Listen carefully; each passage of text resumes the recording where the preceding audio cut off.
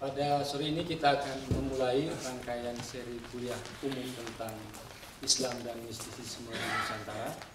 Pada sore ini akan diawali dengan pembahasan Hamzah Fansuri, seorang penyair dari Aceh yang hidup pada peralihan abad 16 dan 17, yang akan disampaikan oleh Dr. Abdul Hadi WM. Beliau adalah penyair dan dosen filsafat di Universitas Paramadina.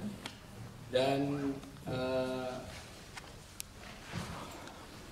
alasan Salihara membuat rangkaian kuliah ini untuk mengingatkan kembali pada semacam sejarah keislaman di Indonesia, karena kami juga percaya bahwa Islam yang awal-awal tersebar di Indonesia, di Nusantara waktu itu, dan memperoleh sambutan dan kehangatan dari masyarakat setempat sehingga menjadi katakanlah agama yang bisa dipeluk secara bersama-sama, secara mayoritas, merupakan buah dari aliran mistisisme, aliran tasawuf, membuat Islam begitu damai, begitu ramah yang bisa kita rasakan hingga saat ini. Karena kami yakin kalau dulu zaman masih FPI, zaman dulu nggak mungkin Nusantara menerima Islam. Nah, ini untuk mengingatkan kembali bahwa ada semacam mengingat pada sejarah, dan kami ambil beberapa tokoh. Ada Hamzah Fansuri dari Aceh, kemudian juga ada Romo Warsito pada Sabtu yang akan datang, dan yang terakhir Hasan Mustafa, karena orang Sunda Hasan Mustafa ya, bukan Hasan Mustafa, Hasan Mustafa pada Sabtu yang berikutnya. Saya ucapkan terima kasih atas kehadiran Anda, dan setelah acara kuliah ini, ya mungkin nanti Pak Hadi bisa sampai jam setengah 6 lewat lah, sampai jam 6, karena buka puasa jam 6:05 kalau nggak salah itu ya. Jam 6:05 ya, jam 4 ya, nanti ada pengumumannya. Nah, setelah di kuliah akan ada buka bersama, ada kolak sama gorengan ya, meskipun yang nggak puasa juga nggak apa-apa, ini juga sajian untuk semua ya, untuk semua, jadi jangan merasa tidak enak. Ini memang berkah dari bulan Ramadan. Jadi kan berkah Ramadan itu kan tidak hanya bagi orang yang berpuasa, yang tidak berpuasa pun juga ada berkahnya. Itu saja, terima kasih, dan saya persilakan kepada Pak Hadi WM untuk menyampaikan presentasi. Silakan Pak Hadi. Perlu saya jelaskan sebelum saya membaca ini, dan saya tidak akan membaca ini karena Anda bisa menyelami sendiri nanti, tapi beberapa akan saya ambil. Yang paling penting begini ya, untuk mencari relevansi seorang pemikir atau seorang dalam hal ini seorang penyair sufi yang bernama Hamzah Fansuri. Beliau ini kan seorang filosof juga, dan seorang penyair sekaligus seorang ulama, seorang ahli bahasa, dan juga seorang pemimpin tarekat sufi yang mempunyai organisasi sufi itu, yang tarekat Qadiriyah yang pusat di Baghdad itu. Nah, konsep kunci yang perlu diketahui di sini ialah tentang wacana yang disebut kesusastraan atau filsafat. Jadi seperti halnya Ibnu Arabi, Hamzah Fansuri itu kan berpendapat bahwa bahasa yang diungkapkan di dalam wacana filsafat, wacana ilmu pengetahuan dalam kesusastraan itu ibarat metafor.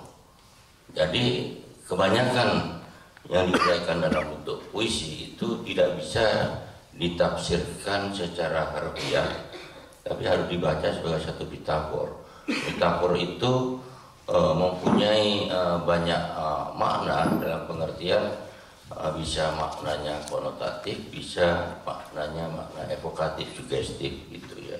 Sebagai contoh, begini, kalau ada teks yang sederhana, Ali pergi ke Mekah itu.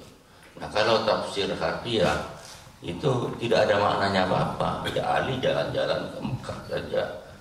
Tapi supaya kalimat itu berarti, maka kita harus memberikan tafsir yang ibarat, tafsir konotatif itu, yaitu Ali naik haji, karena Mekah itu tempat orang naik haji, orang pergi Mekah naik haji. Kalimat sudah berubah menjadi metafor yang lain. Nah, kemudian metafor berikutnya apa? Tujuan naik haji itu apa? Makna evokatifnya. yaitu berjumpa dengan Tuhan di rumahnya, di Baitullah.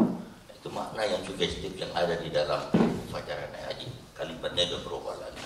Nah, kesusastraan berubah dari bahasa yang literal kepada bahasa yang simbolik, kemudian kepada bahasa yang sugestif. Pengertian wujud di dalam konsep sufi juga satu ibarat saja. Wujud ada yang terlihat, ada wujud yang tidak terlihat. Wujud yang abstrak atau mujarad, wujud yang abstrak inilah yang bergradasi sampai pada wujud yang tampak. Wujud yang abstrak dari Tuhan itu adalah yang disimpulkan di dalam kalimat basmalah itu, Bismillahirrahmanirrahim, Ar-Rahmanirrahim.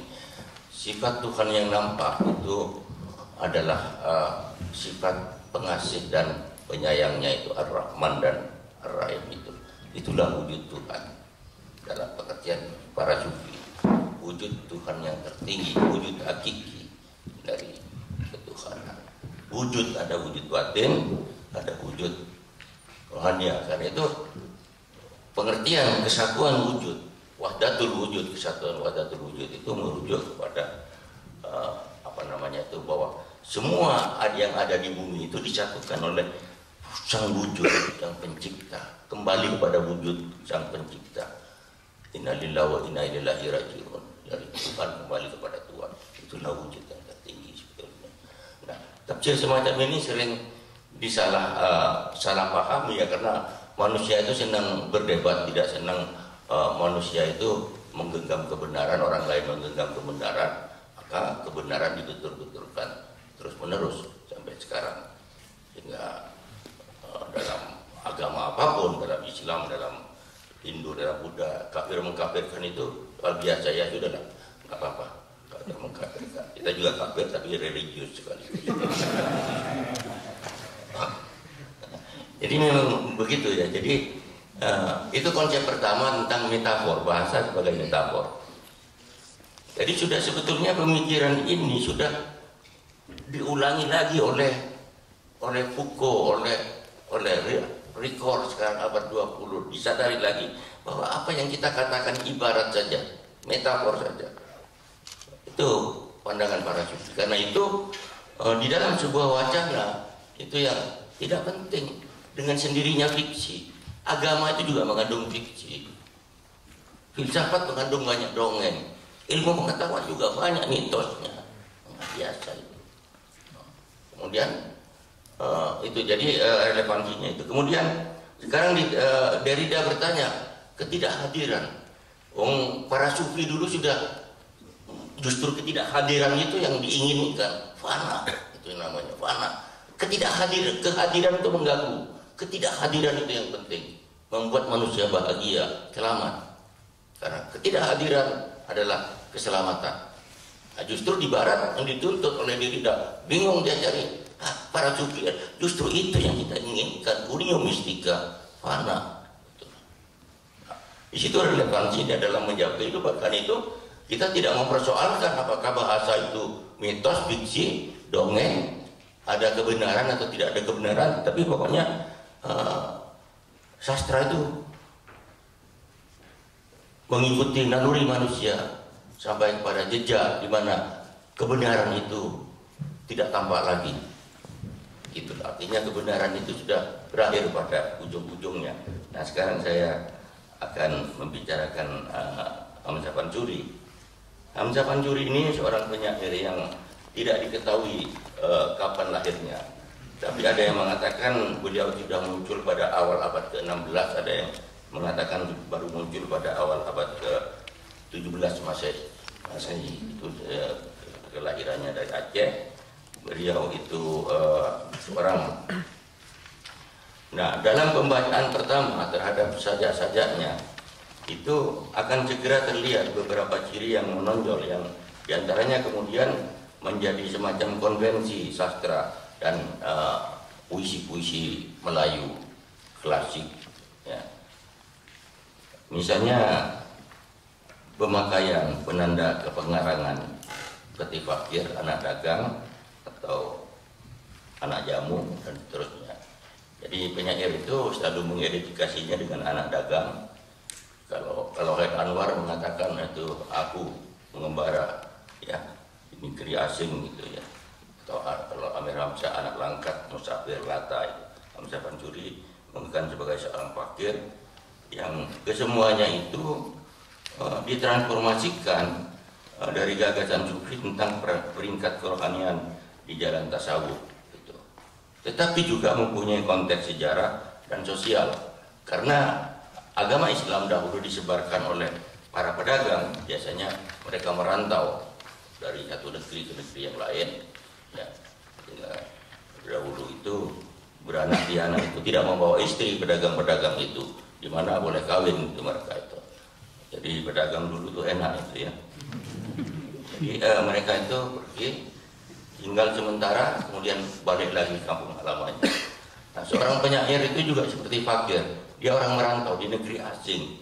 Di negeri asing itu dia harus mengumpulkan bekal untuk dibawa pulang ke kampung halamannya.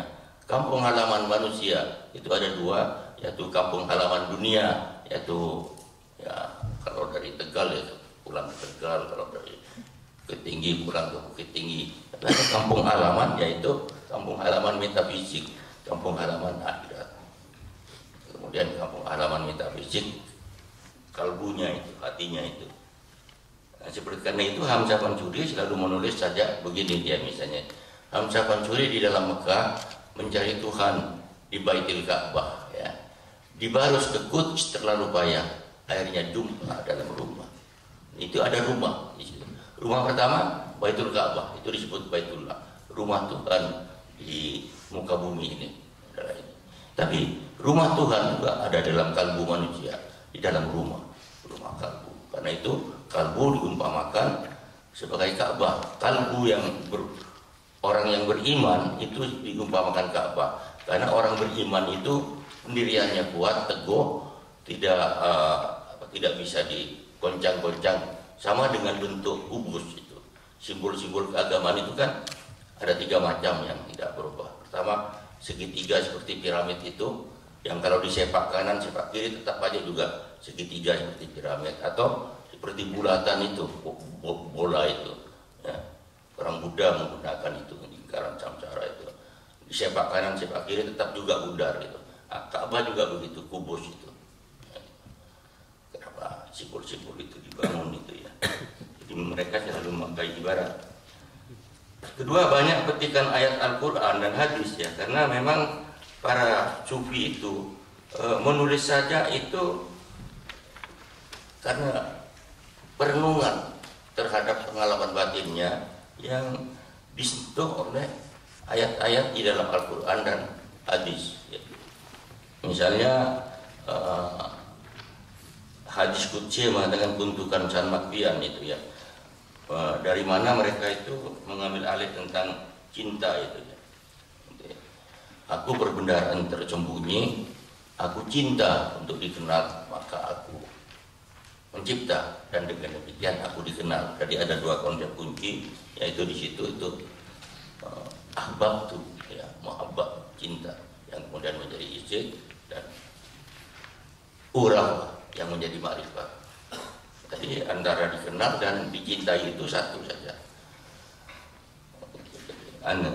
Jadi menurut para sufi itu cinta itu tidak mungkin ada tanpa pencinta, dan pencinta tidak mungkin ada tanpa yang dicintai. Karena itu yang dicintai, pencinta dan cinta itu satu. Tidak ada bisa. Kalau sudah copot salah satu, tidak ada cinta, tidak ada pencinta, tidak ada yang dicintai. Artinya sia-sia semuanya. Jadi karena itulah kesepaham kesatuan mereka. Jadi ilmu harus ada yang mengenal. Ilmu tidak ada yang berilmu, percuma. Tidak ada yang alim, percuma. Tidak ada maklum juga percuma. Tidak ada yang diketahui juga percuma. Ilmu itu. Karena itu ilmu, alim, ilmu dan maklum jadi satu. Sama dengan bersatunya ombak dengan lautan. Itu pengertian-pengertian yang timbul dari para sufi itu. Jadi mereka menggunakan metafor untuk mempermainkan kita, menggunakan bahasa itu. Yang ketiga, simbol-simbol kosmologis ya, seperti alam itu terdapat itu. Seperti anggur ya, anggur itu kenapa kok anggur? Anggur itu kan minuman yang dilarang, diharamkan ya. Para sufi itu membayangkan dirinya itu sering mendapat larangan dari ulama-ulama fikih bahwa mereka tuh zikir sampai ekstase segala macam seperti Jalaluddin Rumi itu sebetulnya anggur di situ dirubah menjadi anggur mistik. Anggur mistik itu adalah zikir itu yang membuat orang ini. Dan semua kehidupan yang mendatangkan kenikmatan itu anggur, sebutnya anggur. Cinta birahi juga anggur karena memabukkan. Lagu itu anggur juga. Kekayaan dunia itu juga anggur karena membuat mabuk seorang yang mencintai dunia itu. Jadi tidak terbatas pada anggur yang kita minum mendatangkan kemabukan itu. Itulah bahasa ibarat. Jadi dalam bahasa-bahasa sufi itu digunakan secara luas ciri-ciri semacam itu ya. Contoh lainnya adalah burung ya. Salah satu kegunaan ucapan curi di dalam syair sufi itu yang ingin diceritakan itu ada dua hal. Pertama, peringkat-peringkat kerohanian seseorang yang sedang menempuh jalan tasawuf. Peringkat kerohanian diberi istilah makom. Nah, makom itu bagi para sufi yang satu dengan yang lain itu berbeda-beda banyaknya itu. Fariduddin Attar hanya membagi menjadi 7 makom. Makom itu menimbulkan hal itu keadaan rohani. Jadi misalnya makam pertama ya, talab, pencarian.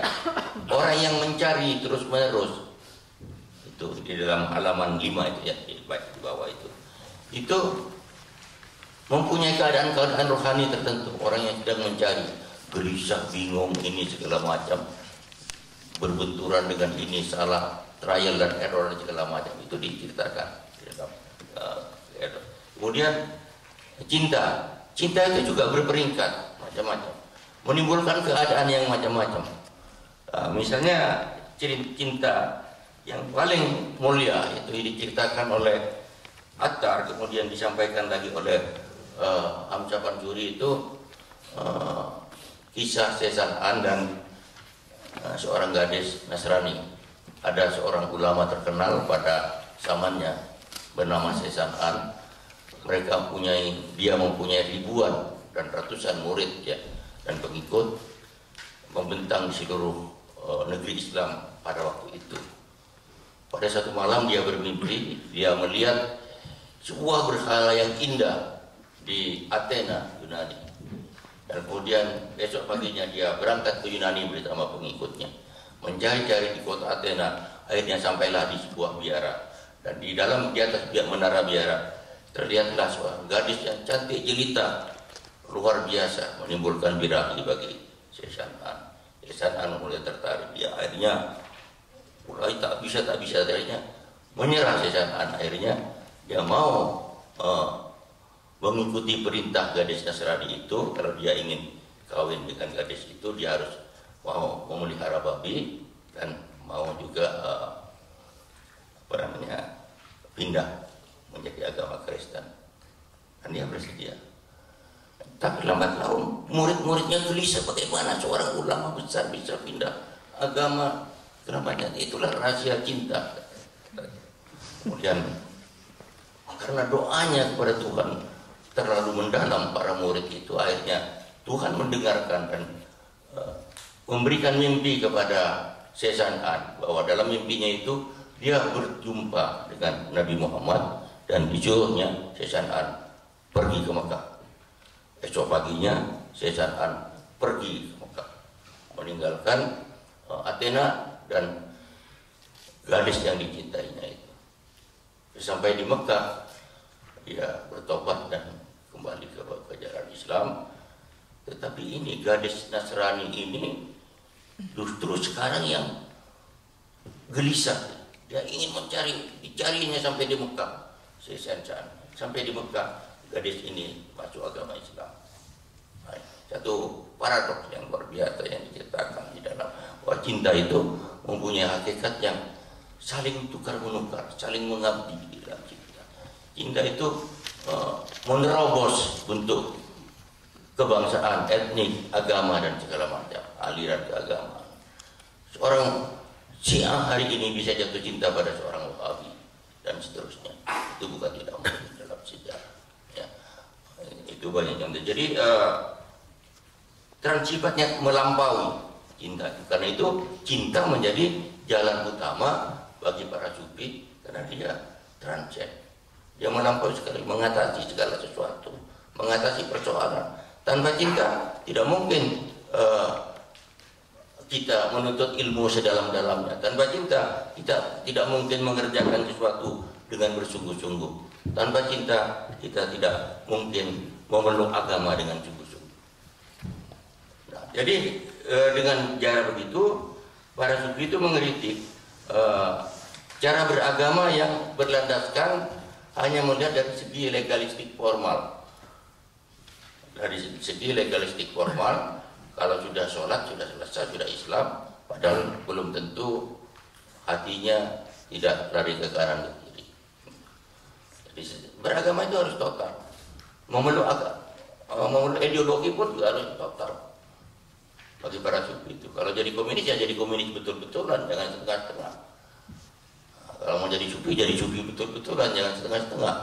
Mau jadi kafir ya kafir betul-betulan, jangan setengah-setengah gitu. Nah, itu menurut dia. Jadi enak dalam kehidupan itu kalau secara total. Nah, itu ya karena sebagian maka terjilat ini. Nah, sajaknya begini ya, yang lemah. Jadi dari tulisan Attar, Hamzah Pansuri itu menulis syair Ulyan, perjalanan burung mencari raja di raja burung yang bernama Simuk itu di burung pingai itu ya. Burung Simuk itu dalam bahasa Parsi ya.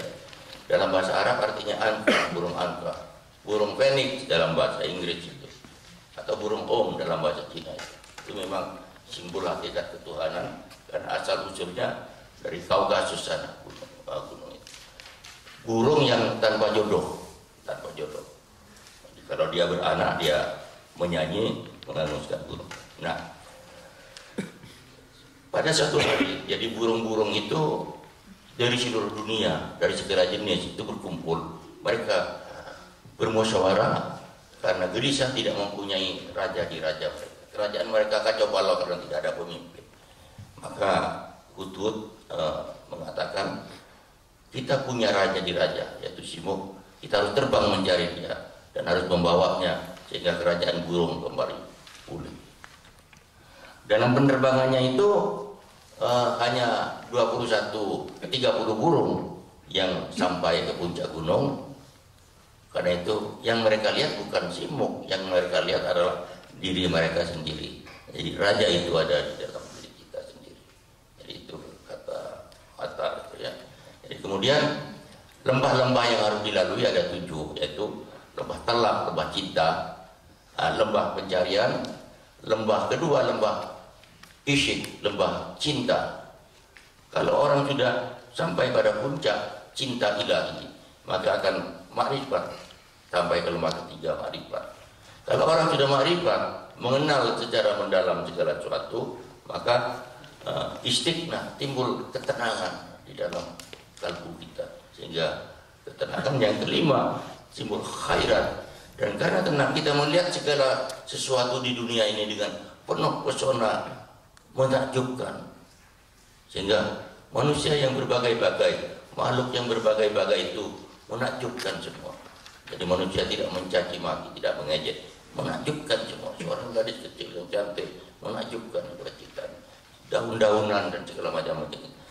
Rasa takjub ini meningkat menjadi bertauhid, keyakinan kepada bahwa segala sesuatu itu diciptakan oleh yang satu, digerakkan oleh yang satu, berpusat pada yang tauhid.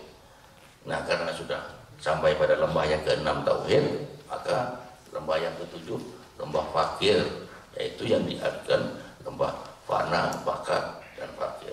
Fana itu artinya hapus dari dalam kesadaran kosmik, tidak merasakan lagi ego diri segala macam. Itu yang diinginkan oleh manusia-manusia arif di timur dahulu dan juga di barat. Lenyap, tidak hadir.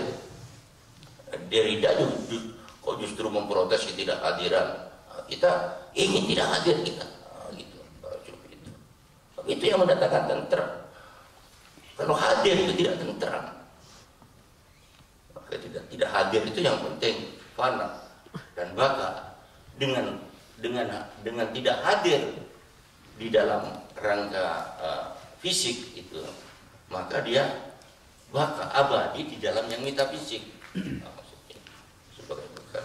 Itulah keadaan fakir gitu kalau diterangkan dengan bahasa sekarang. Jadi tidak muluk-muluk sebetulnya itu ya. Kalau Anda sembahyang sholat itu khusyuk, itulah keadaan fana itu yang membawa badan kita naik. Yang kata penyair Jepang itu, Hagiwara Sakutaru itu, kerinduan penyair yang terdalam ya, itu adalah kepada rumahnya yang metafisik, bukan rumah fisik. Ya, rumah fisik ini apa? Rumah metafisik. Karena itu dia menggunakan image-image simbolik untuk membayangkan rumahnya yang abadi itu, rumahnya yang abadi itu. Jadi karena itu dalam Atar itu dalam Hamzah Mansuri tulis gini, Tairul Ulian Unggas Sultani, bangsanya Nurul Rahmani, tasbihnya ala Subhani, gila dan mabuk akan Rabbani. Sultan ini maksudnya Tairul Ulian itu burung yang burung ketuhanan, burung yang sudah mencapai tahap ketuhanan. Burung itu simbol jiwa atau roh manusia ya, yang sudah mencapai tahap ilahiyah. Bangsanya Nur Rahmani itu cahaya ketuhanan, dari cahaya. Roh kita itu dari cahaya. Tasbihnya Allah Subhani, pujalah aku, kata Tuhan, pujalah aku. Gila dan mabuk akan Rabbani. Nah, unggas itu terlalu pingai, warnanya sempurna bisa. Rumahnya tiada berbidai, tidak ada pakai dinding-dinding lagi rumahnya. Duduknya daim di balik tirai, tirai saja. Jadi itu saja Hamzah Mansuri ya. Ilmunya ilmu yang pertama, mazhabnya mazhab ternama, cahayanya cahaya yang lama ke dalam surga bersama-sama. Ingat-ingat hai anak dagang, nafsumu itu lawan berperang. Nafsu kita itu lawan berperang. Berhala itu mudah dihancurkan. Berhala, tapi berhala nafsu itu lebih dari ular naga dan susah dihancurkan. Kalau berhala-berhala, patung-patung itu gampang dihancurkan. Ini berhala ya, nafsu ini ya. Jadi karena itu ingat-ingat hai anak dagang, nafsumu itu lawan berperang. Anggamu jadikan sarang, jadi angga itu anggota badan ya. Citamu satu, jangan bercawang, jangan bercabang-cabang kita. Satu. Siang hari hendaknya kau saim, ya, berpuasa. Malam hari hendaknya kau kaim, sholat tahajud. Kurangkan makan lagi dan naim, tidur. Kurangkan makan dan tidur, tirakat. Nafi dan isbat jangan kau padam. Tuhan kita yang mempunyai alam menimbulkan hamzah, sudah dan karam. Iskinya jangan kau padam, cintanya jangan kau padam. Nah, yang dimaksud iski, cinta Tuhan itu berpedoman kepada kalimat Bismillahirrahmanirrahim, Ar-Rahman dan Ar-Rahim sebagai bentuk dari cinta Tuhannya. Bagus itu. Pertama begini, Ar-Rahman itu cinta Tuhan yang datiah, esensial. Artinya apa? Cinta Tuhan yang esensial itu diberikan kepada orang Konghucu, diberikan kepada orang Hindu, kepada orang Buddha, kepada orang Yahudi, kepada orang Islam, kepada orang Sikh, kepada orang Cina, kepada orang Melayu, kepada orang Arab, kepada orang Afrika dan seterusnya. Cinta Tuhan yang sifatnya maskulin diberikan pada saja, sama dengan lelaki itu cintanya diumbar ke mana saja. Ar-Rahim itu cinta yang disebut wujud, hanya diberikan kepada yang wajib mendapatkan cinta. Seperti cinta yang harus diterima oleh seorang anak kandung dari ibu kandungnya. Karena itu kandungan ibu disebut rahim. Cinta yang feminin. hanya diberikan kepada benar-benar yang patut dicintai. Jadi cinta yang kedua ini yang cinta sejati tanpa pamrih, ini yang dicari. Jadi bukan cinta. Kalau cinta yang ini kita mendapatkan semuanya, tapi cinta yang ini, cinta yang ar-rahim itu, apa cinta dan penyayang. Lebih dari itulah konsep cinta dari para sufi. Jadi begini ya, memang setampaknya semua agama mengajarkan tentang kasih sayang, agama Kristen, agama Hindu, agama apa. Tapi kadang-kadang konsep cinta atau kasih sayangnya itu yang berbeda. Yang membedakan itu adalah masalah kalau perbedaan antara Islam dengan Kristen itu antara kehadiran dan ketidakhadiran itu ya. Dalam Islam itu al-haq, kebenaran itu adalah jalan keselamatan. Tidak memerlukan kehadiran. Kalau dalam Kristen perlu kehadiran Yesus Kristus. Dalam Islam nggak memerlukan kehadiran yang ilahiyah, karena dia sudah hadir sebagai bentuk kebenaran. Jadi kebenaran itu yang menyelamatkan, kebenaran yang mutlak itu yang menyelamatkan. Karena itu perdebatan kalau berkisar di sekitar itu nggak akan selesai kalau tanpa dua pihak mengerti bahasa masing-masing, begitu menurut saya. Dijelaskan oleh para sufi bahwa ketidakhadiran itu penting. Yang penting kebenaran bagi kita. Kita nggak penting kok Nabi Muhammad hadir atau tidak. Tuhan sudah hadir melalui ayat-ayat dan tanda-tandanya, kata para sufi. Ayat-ayat dan tanda-tandanya menunjukkan apa? Ayat-ayat Tuhan itu ada di dalam alam semesta dan dalam diri manusia dan di dalam kitab suci pada di dalam diri manusia menjadi hukum kodrat manusia, di dalam alam menjadi hukum alam. Maka kata hukum menjadi konsep kunci pula di dalam pemahaman para sufi untuk mencapai kebenaran. Kata hukum itu dari kata hakam itu ya. Jadi hakam itu bisa berarti banyak itu. Kalau ahli fikih, ahli syariat itu membuat inti ajaran agama itu hukum. Hukum itu apa? Hukum agama yang diatur di dalam ayat Al-Quran itu kaum syariah, kaum fikih dan segala macam. Jadi yang mutlak itu adalah hukum-hukum agama itu, aturan-aturan agama itu. Nah, para ilmuwan melihat pengertian hukum tidak hanya ada di dalam kitab suci, tapi hukum juga ada di dalam. Maka hukum alam menjadi bahan ilmu pengetahuan. Jadi penting pelajari hukum sejarah, hukum pengetahuan. Para filosof tidak, hukum itu yang dibaca hukum itu muaranya kepada hikmah, wisdom, kearifan para filosof. Pemikiran yang sistematis, yang didasarkan pada logika tertentu, yang mengarahkan kepada tertentu, itulah hikmah, itulah hukum. Karena itu tidak mencukupi dengan pengertian-pengertian yang dianut oleh ahli sains dan ahli fikih. Nah, para sufi melompat lebih jauh lagi. Itu tidak cukup semua, ya filsafat, ilmu, aturan-aturan formal itu tidak cukup.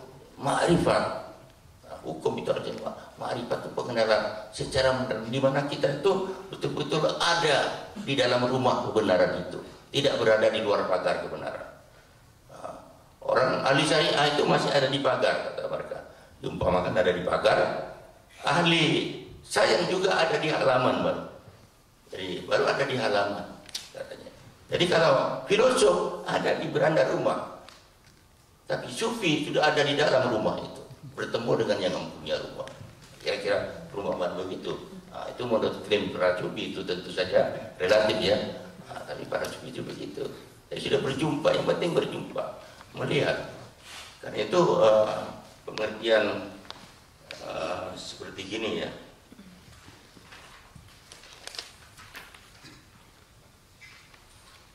Halangan terbesar dalam mencapai makrifat itu ya, makna terdalam dari sesuatu itu ialah hawa nafsu, seperti saya katakan tadi ya. Oleh sebab itu penyair mengatakan agar hawa nafsu dijadikan sebagai lawang berperang. Kenapa begini? Bahwa hawa nafsu itu mengacau. Karena itu dibayangkan jiwa manusia itu seperti bujang yang beristri 4 itu Ki Ageng Selor. Bujang kok istrinya 4 gimana, kayak Guntur, kayak Mario, kayak siapa yang di sini. Oh, 4. Tidak, maksudnya begini, jiwa kita itu nggak ada jodohnya, bujang terus. Tetapi kita diperbudak oleh 4 hawa nafsu, nafsu amarah, nafsu lawamah, nafsu sufiyah, dan nafsu mutmainah. Mutmainah ini yang penting. Mutmainah itu yang sakinah gitu. Jadi itu jadi maksudnya itu dengan paradok begitu. Mereka sering disalahartikan, tapi memang para sufi itu juga nakal ya dalam paradoknya ya. Memerangi hawa nafsu itu yang disebut mujahadah, jihad besar. Jihad, pengertian jihad itu bukan arti perang suci, tapi berusaha sungguh-sungguh untuk menaklukkan hawa nafsu. Itu jihad besar, menaklukkan, bukan berperang, menaklukkan. Saya dengar perang itu hak, itu dalam bahasa Arabnya itu bukan. Jadi jihad itu tidak berperang, bukan berperang. Kalau usaha sungguh-sungguh, tapi bisa usaha sungguh-sungguh itu dilakukan di medan perang. Kalau dalam peperangan, kalau tidak dalam peperangan ya tidak perlu kan. Itu. Jadi, maksudnya itu jihad di sini adalah penyucian diri di jalan agama. Tema pencarian diri, lihat misalnya dalam ayatnya, ketahui hai anak Adam, engkaulah hakikat alam. Manusia itu hakikat alam. Tanpa manusia itu alam tidak ada gunanya semua. Alam semesta Tuhan juga tidak ada artinya tanpa manusia. Karena yang mengenal Tuhan hanya manusia, seperti untuk bangsa manusia itu. Nah itu Tuhan memerlukan manusia sebagai sahabatnya, gitu ya. Sahabat kerjanya kata Iqbal itu. Iskimu jangan kau padam supaya dapat berpayung tiram ya. Campurkan yang 4 alam, hancurkan di laut dalam yang 4 hawa nafsu itu. Syariat Nabi yang khatam kerjakan daim siang dan malam. Jadi tidak benar kalau para sufi itu menentang syariat, tidak benar. Syariat tetapi memperlakukan syariat berbeda dengan ahli fikih. Ahli fikih memberikan syariat sebagai jalan yang cukup, aturannya dipenuhi. Tetapi para sufi tidak puas dengan hanya memenuhi aturan, harus menerobos kembali aturan kepada hakikat. Jadi dalam halaman 8 itu ya.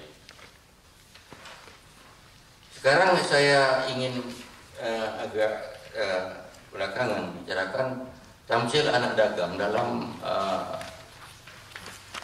karya Hamzah Panjuri ya. Nah, tamsil anak dagang itu sangat banyak dijumpai dalam sajak Hamzah Panjuri. Sebagai penanda sering dipertukarkan dengan penanda lain seperti fakir ya. Pemakaian tamsil anak dagang itu diambil dari Al-Quran dan hadis. Di samping itu ada konteks sejarah, khususnya dengan penyebaran agama Islam dan pembentukan kebudayaannya di Nusantara ini. Ini penting. Kenapa anak dagang ya? Islam itu Nabi sendiri itu pedagang.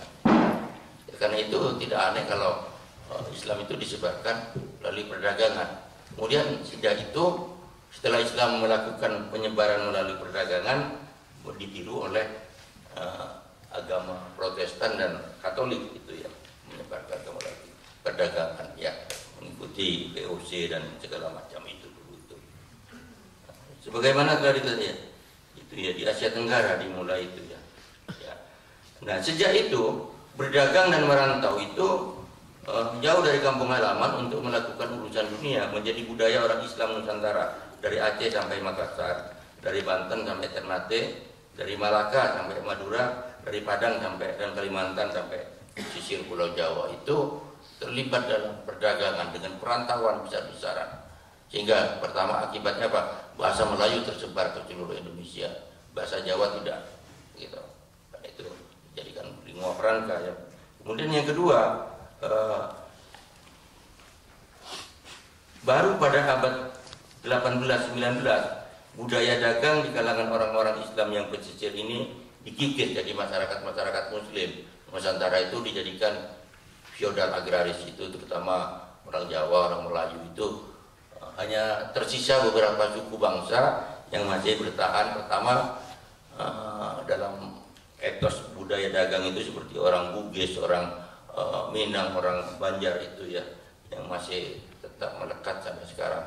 Nah, kemudian budaya pelayaran juga, lambat laun juga, yang dahulunya milik bangsa Nusantara, akhirnya cuma karena dikeroposi oleh VOC dan Belanda, menjadi hanya orang Bugis, Makassar, orang Madura saja yang bisa menangkap tradisi ini. Karena kalau tidak berlayar itu pastilah mati itu orang Bugis atau orang Madura itu, tanahnya kan kecil gitu kan.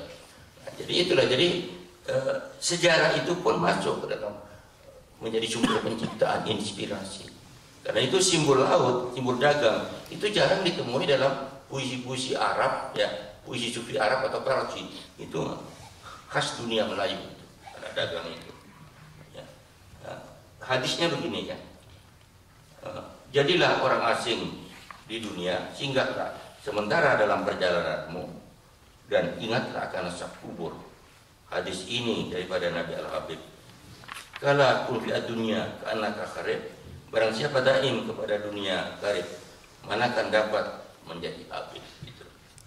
Jadi kekasih Tuhan itu dihubungkan, dipertentangkan dengan orang yang mencintai dunia secara berlebihan. Dagang atau fakir sejati menurut penyair ialah dia yang karib dengan Tuhannya dan asing serta tidak merasa terpaut pada dunia. Kata karib oleh yang penulis Melayu diterjemahkan menjadi dagang. Berarti orang atau orang asing yang terhadap dunia. Dagang itu orang asing terhadap dunia. Kenapa dulu berdagang? Karena begini. Nah, ini etos lagi ya. Dulu orang-orang penyebar agama itu berdagang, berniaga, supaya tidak tergantung kepada penguasa, supaya dia mandiri. Orang berdagang itu kan mandiri. Beda dengan pegawai negeri, ada bosnya. Kalau pedagang itu nggak ada bosnya. Peduli amat bosnya itu ada di mana nggak tahu, gitu loh. Kalau pedagang itu kan. Jadi orang merdeka, simbol orang yang merdeka itu pedagang. Jadi kampung halamannya yang sejati bukan di dunia, ya. Seperti Imam Al-Ghazali mengatakan begini, dunia ini adalah sebuah pentas atau pasar yang disinggahi oleh para musafir dalam perjalanannya menuju ke negeri lain. Di sini mereka membekali diri dengan berbagai bekal agar supaya tujuan perjalanan tercapai itu. Nah, karena itu Hamzah menulis begini, anti dunia ini bukan berarti tak mau kaya ya, dalam pengertian tidak terpaut kepada dunia, zuhud. Hamzah Pancuri itu kaya raya, dia seorang pemimpin sufi ya, tarekat yang mempunyai organisasi dagang, gilda yang namanya Taifah. Begitu juga Samsudin Sumatrani, itu Perdana Menteri Sultan Aceh, itu kaya raya. Tapi apa yang dia miliki itu tidak untuk dirinya. Duit itu hanya untuk ya bikin madrasah, bikin ini segala macam itu. Tidak terpaut. Nah, alangkah baiknya kalau orang kaya di Indonesia mempunyai mentalitas fakir seperti itu. Gitu loh. Jadi pada dunia jangan kau amin, lenyap pergi seperti angin, kuntukan san tempat yang batin, kuntukan san di sana daim Jogja kau sakin ya. Lemak manis terlalu nyaman, oleh nafsumu engkau tertawan. Sakaratul maut sukarnya jalan, lenyap di sana berkawan-kawan. Hidup dalam dunia umpama dagang. Datang musim kita akan pulang. La tastakiruna saatan lagi kan datang, mencari ma'rifatullah, jangan halang-halang. Nah, ayat yang dikutip di sini la tastakiruna itu tak dapat ditunda waktunya. Dilihat dari sudut agama, anak dagang itu diberi arti positif oleh penyair. Ia orang yang menyadari secara mendalam bahwa realitas sebenarnya kehidupan tidak berada di alam fenomena yang senantiasa berubah, melainkan di dalam Tuhan yang kekal. Tanda anak dagang sejati ialah cinta dan penyerahannya yang penuh kepada Tuhan dan keyakinannya yang teguh terhadap ikhtiar dirinya dalam mengatasi segala kesukaran hidup. Ya. Sama dengan gagasan dagang adalah gagasan fakir. Di dalam tasawuf diartikan sebagai pribadi yang tidak lagi terpaut kepada dunia. Ya, keterpautannya semata-mata kepada Tuhan. Ada dua ayat Al-Quran yang dikutip ya di sini. Pertama ayat surah Al-Baqarah ya, ayat 268. Dikatakan begini, setan mengancammu dengan ketiadaan milik fakir dan menyuruhmu melakukan perbuatan keji. Tapi Allah menjanjikan ampunan dan karunia kepada darinya sendiri, dan Allah Maha luas pengetahuannya. Karena itu kemiskinan itu mendekatkan orang kepada kekafiran katanya itu ya. Nah, adapun dalam ayat surat 35 dinyatakan, hai manusia, kamulah yang memerlukan, artinya fukara Allah. Sedangkan Allah dialah yang maha kaya lagi maha terpuji. Kita. Jadi orang fakir itu orang yang dalam hidupnya hanya memerlukan pertolongan Allah. Sama dengan ayat dalam Bismillahirrahmanirrahim itu dalam Al-Fatihah, iyyaka na'budu wa iyyaka, hanya kepadamu kami menyembah dan kepadamu kami minta pertolongan. Hanya kepada Tuhan saja. Tidak perlu minta kepada SBY atau siapa itu ya. Gitu ya. Jadi, hai manusia, kamulah yang memerlukan fukara ya. Nah, Ibnu Arabi pada abad ke-12 dia mengatakan begini, karena Tuhan maha kaya dan maha mencukupi, dia tidak tergantung pada siapapun. Sebaliknya, manusia yang pada hakikatnya tidak memiliki apa-apa, fakir, maka dia memerlukan Tuhan. Keberadaan manusia menurut tafsir ini tidak pernah bebas dari kewujudan Tuhan. Maka perkataan fakir kemudian diartikan pada orang yang benar-benar terpaut kepada Tuhan, berganti ketidakterpautannya kepada dunia. Contoh orang fakir itu adalah Nabi Muhammad. Ya, dalam seluruh aspek kehidupannya, beliau itu benar-benar hanya tergantung kepada Tuhan. Ditujukan tunjukkan melalui keteguhan imannya. Begini sajaknya ya, Rasulullah itulah yang tiada berlawan. Berarti kan tidak ada lawannya. Meninggalkan ta'am ya, sungguh pun makan tetapi tidak tamak. Makan dalam pengertian luas bukan hanya menyuap nasi ya, tapi mencari nafkah gitu dan menghabiskan uang gitu ya, dan tidak tamak gitu. Uslat dan tunggal di dalam kawan, menyatu di dalam kawan, olehnya duduk waktu berjalan. Nah ini uslat dan tunggal di dalam kawan dapat ditafsirkan walaupun Nabi seorang yang gemar bersuhud, gemar mengingkari dunia gitu ya, tetapi beliau tidak meninggalkan kewajibannya dalam kegiatan sosial. Iya, contoh misalnya seorang yang suhud itu ya, Ibu Teresa itu. Ibu Teresa itu kan tidak meninggalkan kegiatan sosialnya, tapi dia tidak cinta dunia kan. Nah, itu. Jadi perkataan olehnya duduk waktu berjalan dapat ditafsirkan loh, hatinya hanya terpaut kepada Tuhan. Duduk, hatinya yang duduk. Yang berjalan adalah tubuhnya. Hatinya duduk. Olehnya duduk waktu berjalan. Di sini ada kata-kata yang tidak dimasukkan, kata hati dan badan. Olehnya duduk. Olehnya hatinya duduk. Waktu badannya berjalan, melakukan kegiatan sosial. Di sini disebut bahasa-bahasa ibarat, bahasa-bahasa sugestif ya.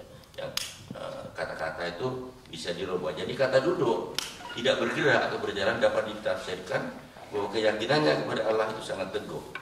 Jika ditafsirkan demikian, maka gagasan fakir tidak dapat disamakan dengan asketisme atau eskapisme. Jadi para sufi itu menyangkal bahwa mereka itu eskapis. Mereka tidak eskapis sama sekali. Mereka giat sekali dalam kegiatan pendidikan, kegiatan sosial. Bahkan kalau perlu di dalam kegiatan pemerintahan ya. Tapi kebanyakan mereka menghindar, tidak mau ikut dalam pemerintahan karena politik itu cenderung muatan moralnya itu kecil sekali, sedikit. Politik dan ekonomi itu kan tantangan moral ya, yang itu sangat sedikit sekali, kecuali yang bersih betul-betul gitu ya. dan susah jadinya bersih betul-betul. Dunia ini jangan kau taruh-taruh supaya dekat mahbub yang jauh. Indah sekali akan galuh-galuh ke dalam api pergi berlabuh. Galuh-galuh itu tahu nggak? Laron, semacam laron itu. Laron itu kan senangnya berlabuh pada cahaya. Ya senang mati di tengah panasnya api itu. Seperti api berkorban. Gitu. Hamzah miskin, hina dan karam. Bermain mata dengan Rabbul Alam, selamnya sangat terlalu dalam, seperti mayat sudah tertanam. Kenali dirimu hai anak dagang, jadikan markab tempat berpulang, markab ke kapal ya. Kemudi tinggal, jangan kau goyang, supaya dapat dekat kau pulang. Kerinduan pada subuh itu kepada yang Tuhan itu menyebabkan dia berkata, matilah kau sebelum mati.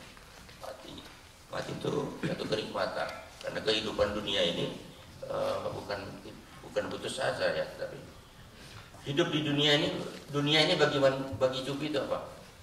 Rumah manusia, dunia ini. Tetapi sekaligus kuburnya dunia ini. Jadi mati dan hidup itu dekat saja, berdampingan, nggak pernah berjauhan. Langit dan bumi menjadi satu. Seperti dalam Sajak Rendra kan juga begitu itu ya. Jadi dengarkan hai anak jamu, unggas itu sekalian kamu, ilmunya Jogja Karamu, supaya mulia ya adamu itu. Jadi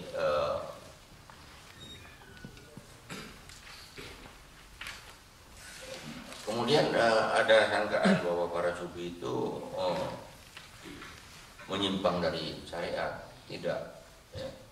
Dikatakan oleh syariat Muhammad terlalu amin, cahayanya terang di negeri Baitul Atiq, tandanya Khalid sempurna tarik jalan, banyaknya kafir menjadi rafiq. Baitul Atiq itulah bernama Ka'bah, ibadat dalamnya tiada berelak, tempatnya maklum di tanah Mekah, akan kiblat Islam menyembah Allah.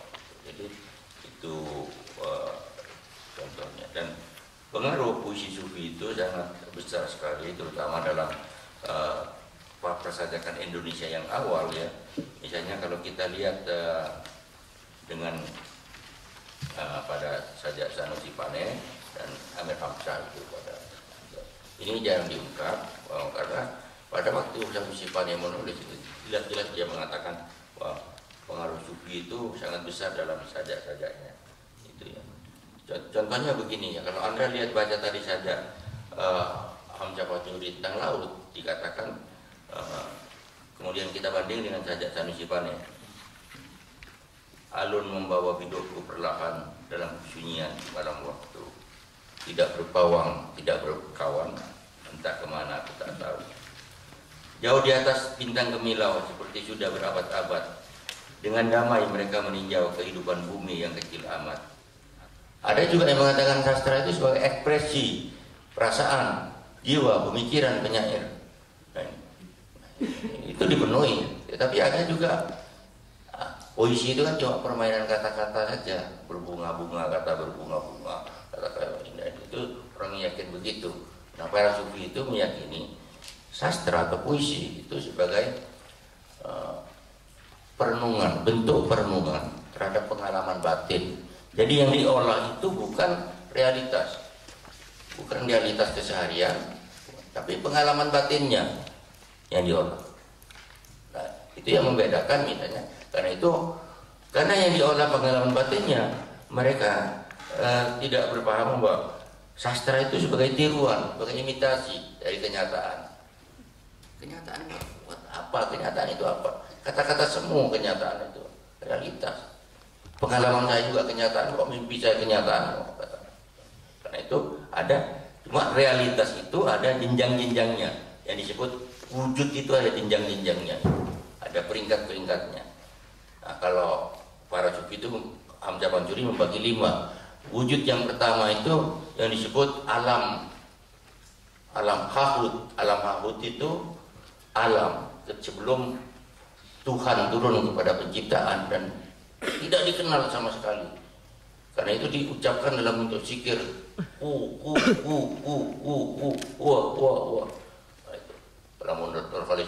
kata huwa itu ada hubungannya dengan kata Yahweh itu. Ya dia itu karena bahasa Semit, bahasa Ibrani dengan bahasa Arab itu kan sekeluarga saja. Orang Arab dan orang Yahudi itu kan saudara sepupu saja kok, seperti orang Jawa dan orang Sunda aja kan. Memang orang saudara sepupu kalau berantem sengit memang. Ya, sama dengan orang Melayu di Sumatera dengan orang Malaysia itu kalau ejek-ejekan sekarang kan sengit kan. Nah, yang kedua, setelah turun ke dalam penciptaan ya, baru kita mengenal nama Allah. Nama Allah itu kita kenal karena Tuhan sudah berada di alam lahud, alam ketuhanan, alam di mana Tuhan dikenal sebagai pencipta, sebagai Allah. Tuhan sebagai kun hidat tidak dikenal, tidak ada manusia. Tuhan sebagai ini wujud tahapan kedua dari hakikat ketuhanan itu. Kemudian alam Jabarut. Nah, alam Jabarut itu mulailah Tuhan itu merinci ilmunya sebagai substansi ciptaan-ciptaan, hakikat ciptaan itu dari segala itu. Belum ada bentuk, masih berupa substansi material. Nah, jadi materi berupa materi, roh bisa berupa sebagai roh. Di sinilah manusia belum disatukan dengan jasadnya. Baru alam misal. Alam misal ini, alam malakut, alam kerohanian sudah diberi wadah manusia, tapi manusia masih dalam bentuk alam kerohanian. Kemudian alam nasut, alam manusia, alam jasad ini sudah bersatu dengan jasad. Ini yang terendah, alam yang terendah. Nah, karya sastra itu berperan seperti alam misal, alam malakut, alam rohani yang menghubungkan antara alam ketuhanan dengan alam kemanusiaan. Jadi karena itu karya sastra adalah tangga naik menuju pengalaman transendental dengan kesadarannya manusia naik. Nah, bagaimana menggambarkan kenaikan itu dengan bahasa-bahasa yang sederhana? Bahasa sederhana itu adalah ungkapan-ungkapan politik itu. Ibarat itu kan metafor kan, ya kan? Itu ada tiga macam. Pertama, unsur dari bahasa ibarat itu adalah apa? Metafora, istiarah. Metafora itu perumpamaan, seperti misalnya dunia adalah panggung sandiwara. Tapi itu metafora, itu bukan bahasa politik untuk Prajurit. Itu perumpamaan biasa, semua orang tahu, bisa menerka. Ya. Tetapi bahasa simbol itu, image simbol itu. Yang ketiga tasbih, image, citra, image itu yang bisa mengantarkan pada pengalaman politik yang sungguh-sungguh. Karena itu mereka melahirkan banyak puisi-puisi bertumpu pada image, seperti anggur. Image yang mengandung simbol. Image-nya apa? Anggur itu bukan anggur seperti buah.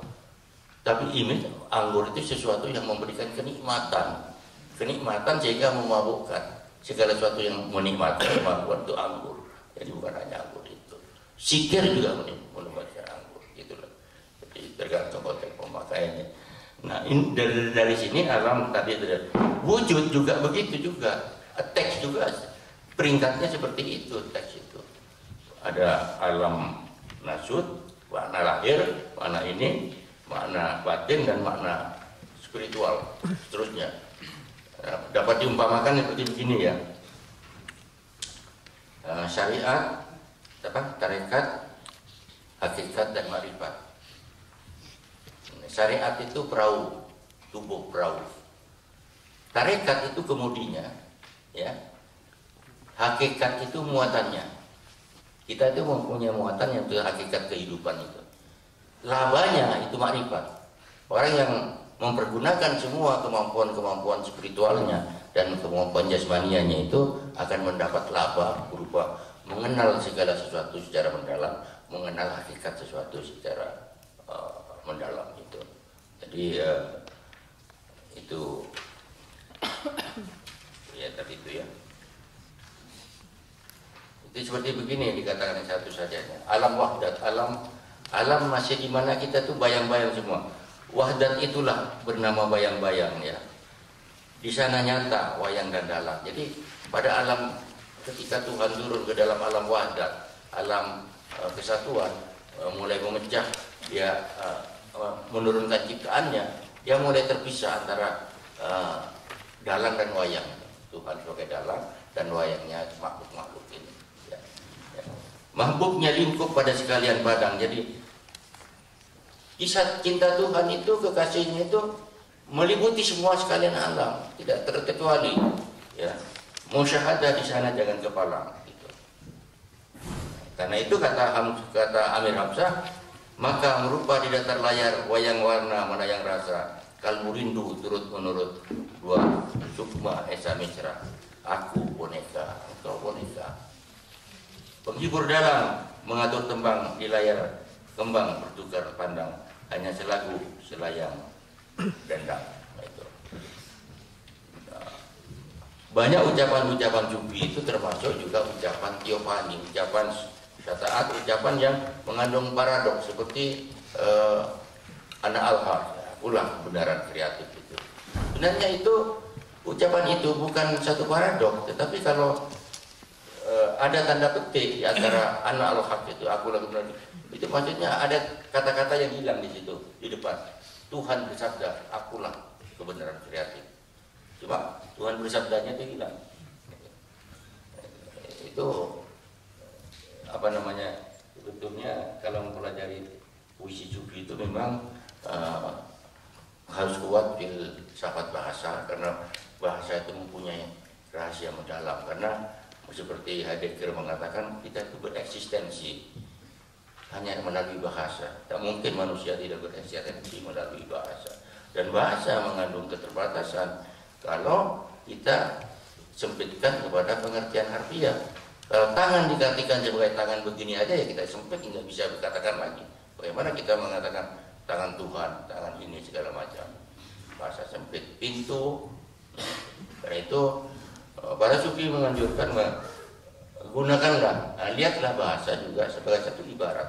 Bahasa secara keseluruhan itu metafor saja, bahasa keagamaan, bahasa ilmu pengetahuan, bahasa sastra. Apa saja di dunia ini yang tidak mengandung fiksi, apa yang tidak bercampur metos. Apa metos itu? Metos itu dari kata mait dalam bahasa ini, dari mito ya, dalam bahasa Yunani. Itu bertepatan sama dengan kata-kata Sanskerta menjadi mitia. Mitia itu artinya pengetahuan yang tidak mengikuti, disampaikan tidak mengikuti logika ilmu. Itu mitia. Ya. Sedangkan arti mitos dongeng dalam kata Arab jadi dari misal itu. Itu satu akar kata semua. Ya, ini misal. Hidup ini misal, perumpamaan aja. Seperti dagang tadi itu. Nah, saya kira itu mengenai kesatuan transenden agama-agama saya tidak bisa berani berbicara di sini, nanti ada kesalahpahaman ya tentang pada hakikatnya itu Tuhan itu kebangsaannya apa sih? Nggak tahu kan Tuhan itu jadi Tuhan itu yang pun hidat yang tidak dikenal sama sekali ya. Kita mengenal Tuhan hanya sebagai pencipta dengan sifatnya yang maha pengasih dan maha penyayang, yang dikatakan kemanapun kamu memandang wa'inama tualu ya, wajulah itu apa itu, kemanapun kau memandang kau tampak wajah Allah. Itu Al-Quran itu mengatakan kemanapun kau memandang tampak Allah, tapi memandangnya bukan dengan memandang mata begini ya, wajahnya bukan dengan wajah begini ini. Nah, kalau para antropomorfis di kalangan Islam memandang bahwa Tuhan itu betul-betul ada seperti manusia begini, tidak begitu. Tuhan itu kita tidak tahu. Karena itu kita menggunakan sekedar ibarat. Ibarat itu ada batas di mana dia tidak bisa diperdebatkan lagi karena ada batasnya. Seperti kalau kita mengatakan tidak ada rotan, akar pun jadi. Yang dibicarakan itu kan bukan hanya rotan dan akar, gitu. Tapi sesuatu itu keadaan darurat. Tapi keadaan darurat itu bisa positif, bisa negatif kan? Nah, itu. Tidak ada rotan, akar pun jadi. Nah, gitu. Tidak ada istri, pembantu pun jadi kan gitu. Itu jangan begitu. Ini bahasa ibarat itu begitu, mudah sekali. Saya kira itu aja, nanti kita tanya jawab aja ya. Assalamualaikum warahmatullahi wabarakatuh.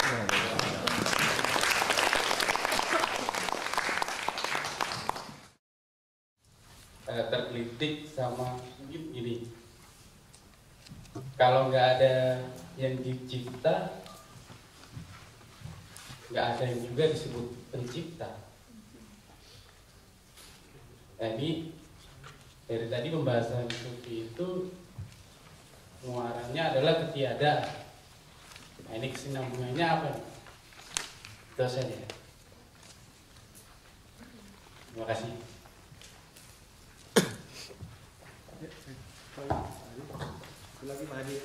Adi, seberapa jauh penyair kita terpengaruh dengan Pantar Samsuri, terutama penyair yang modern yang sekarang ini?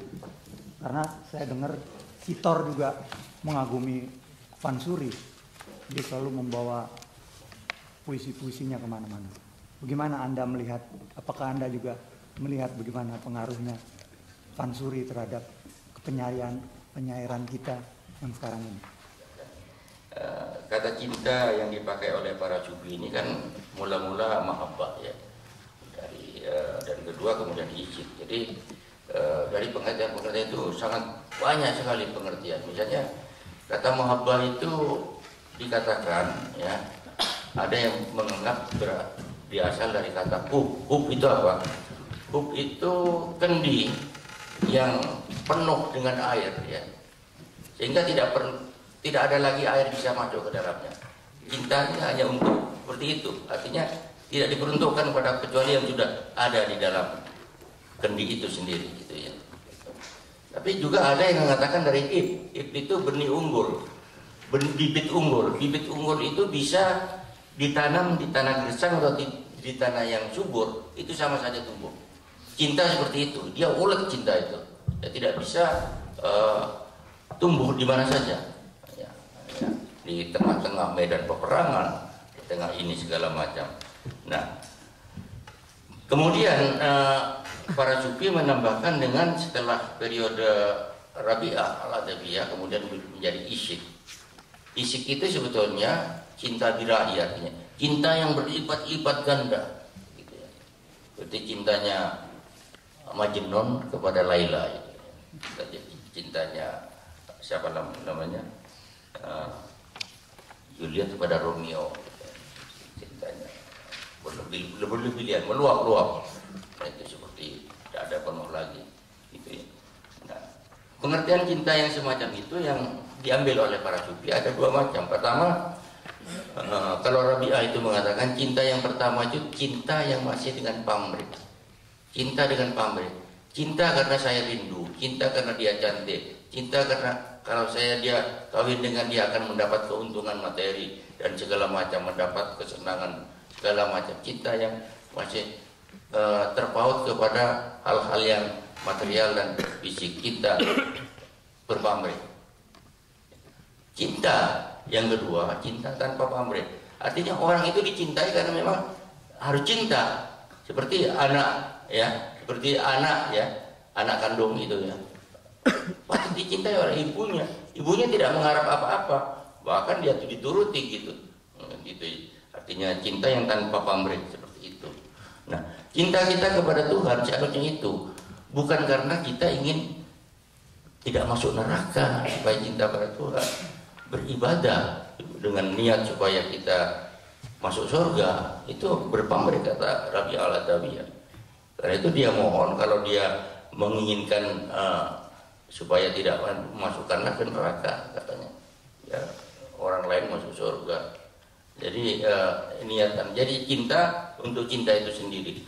Kemudian kalau dijabarkan lebih jauh, cinta dalam prinsip-prinsip seperti ini itu adalah prinsip kreatif kehidupan. Karena seperti dikatakan tadi itu, kuntukan san makbian ahbabtu an warafa ya, halak tatu ya. Jadi aku perbendaharaan tersembunyi. Perbendaan tersembunyi itu artinya perbendaharaan ilmu. Kata Tuhan itu mengumpamakan dengan Hans Maxby itu, perbendaharaan tersembunyi, harta karunnya tersembunyi. Aku cinta untuk dikenal, cinta dikenal. Maka aku mencipta, maka dengan demikian aku dikenal. Karena dia mencipta, maka dikenal. Kalau tidak mencipta, tidak dikenal. Karena itu dorongan cinta itu ada pada pencipta itu sendiri.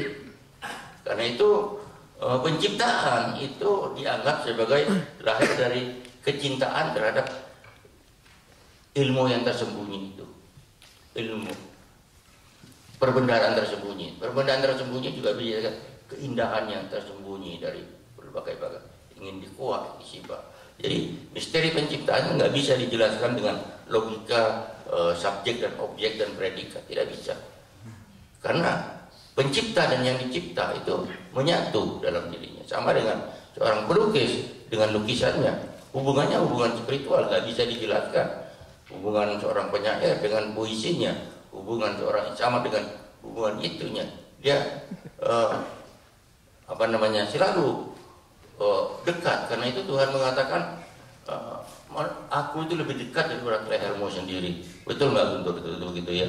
Ya kan begitu. Tuhan itu tidak jauh, Tuhan itu nggak jauh, dia bersama. Karena itu jadi cinta sebagai prinsip kehidupan. Cinta juga sebagai prinsip kreatif kehidupan. Kalau Anda mencintai sesuatu, itu Anda akan mengetahui sesuatu. Orang kan begini, tak kenal maka tak sayang katanya kan. Kalau saya bilang nggak tak sayang, bagaimana aku kenal?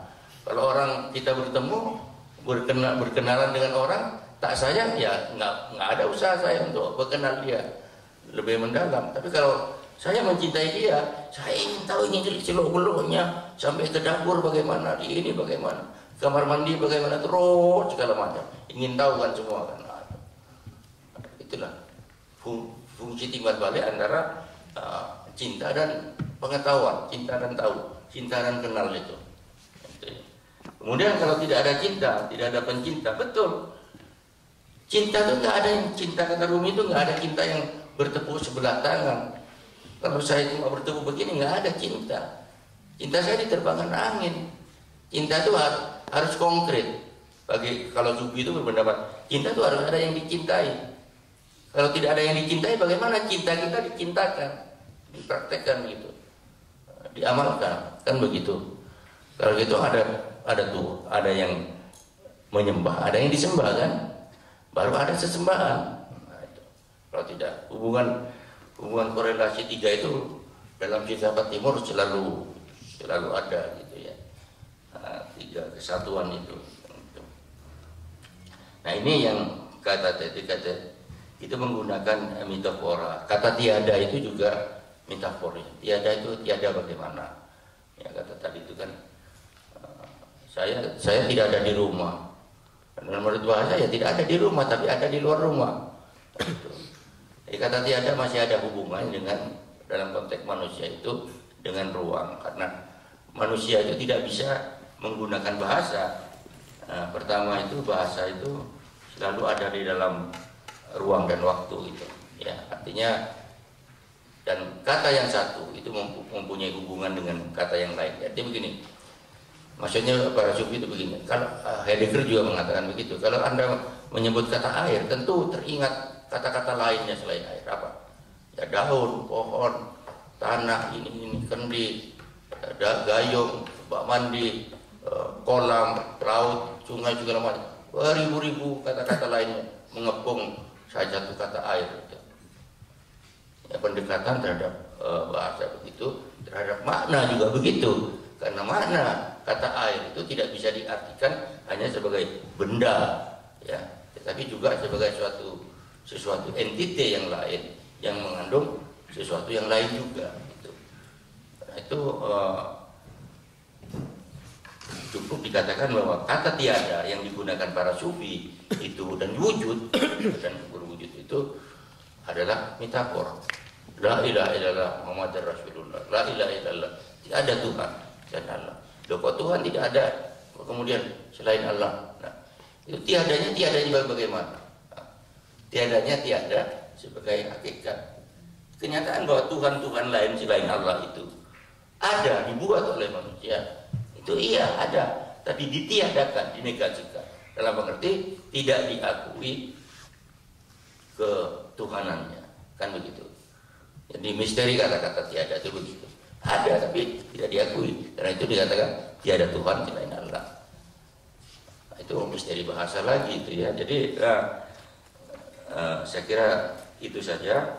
Berapa jauh pengaruh Hamzah Pansuri? Ya, kalau situ-situ merang belakangan, tapi kalau yang awal-awal itu yang saya kira itu Danarto yang paling jelas itu ya. Juga Sudarji dan Wijoyo yang tapi melalui kadang-kadang melalui al-halaj, melalui ini segala macam. Dan di mana-mana memang begitu. Di Mesir juga dalam sastra modern Mesir, di India, di Persia, besar pengaruh sastra Sufi itu. Karena seperti saya katakan itu kan bahasa Melayu itu sendiri kan dibentuk oleh para Sufi ya, sehingga pandangan hidup, nilai-nilai dan konsep-konsep mereka dimasukkan melalui kata-kata tadi. Seperti kata rahim ya. Kata rahim itu kan untuk kandungan ibu itu kan Sufi yang membuat itu supaya ingat bahwa cinta yang kedua yang rahim itu sama dengan cinta seorang ibu pada anak kandungnya gitu ya. Kemudian kata-kata aku ya, aku dalam bahasa Indonesia apa? Saya kan hamba saya kan. Dan orang Minang bilang apa? Ambo, ya hamba kan. Orang Sunda bilang apa? Ya kan hamba kan. Orang Jawa Kaulah. Orang Madura Abdina, itu. Maksudnya kata-kata aku yang kita pakai dalam bahasa Indonesia, dalam bahasa Minang, dalam bahasa Sunda itu oleh para Sufi dipakai untuk memberikan penanda bahwa aku, kita ini, semua ini aku kita ini adalah hamba Tuhan.